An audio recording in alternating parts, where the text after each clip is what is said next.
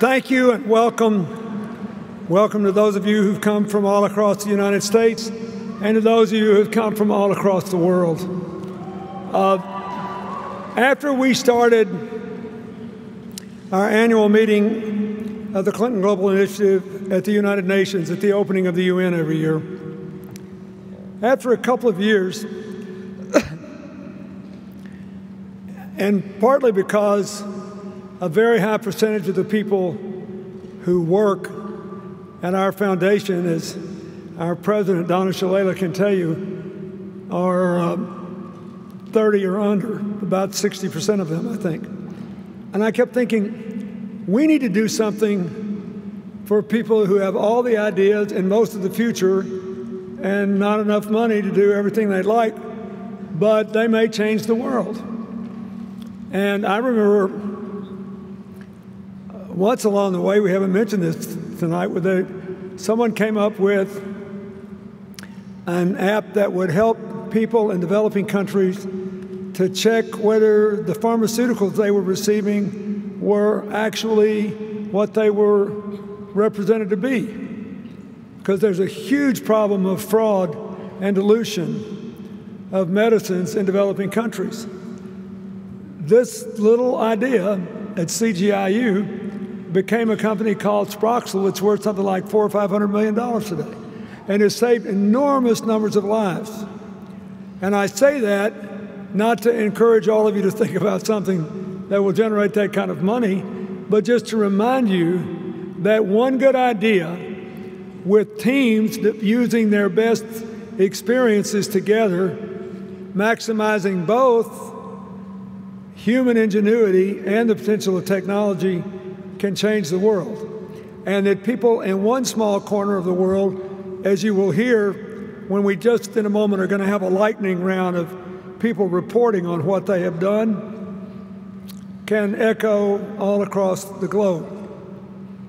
I want to begin this with a few introductory issues. First, I want to thank Chancellor Dirks and everyone at Berkeley. They've been wonderful hosts, and I'm loving this.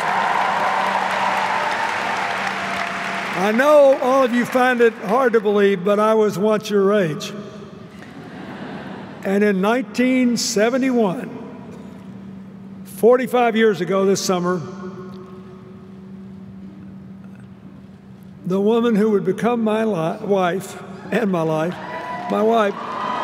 a job at a law firm in Oakland. And she had an aunt who had a little bungalow in Berkeley and was gone for the summer, so Hillary stayed in her bungalow, and I came out here and spent a couple of weeks. And for all of you who go to school here, let me just say this. I thought I had died and gone to heaven, but I said, man, if I went to school out here, I would never amount to anything because I'd just be having fun all the time. So I love this place. So I want to congratulate the Chancellor, and Donna Shalala is laughing because before she became president here, she was first Secretary of Health and Human Services and then president of the University of Miami. And they have the same challenge, which she overcame very well. But I want to thank Chancellor Dirks and Cal Berkeley, and I want to point out to all of you, wherever you're from, higher education has been under great challenge in the United States for many years. After the financial crash, most states didn't have the money to meet their constitutional obligations to support kindergarten through 12th grade education and their efforts to expand preschool and do right by the university system.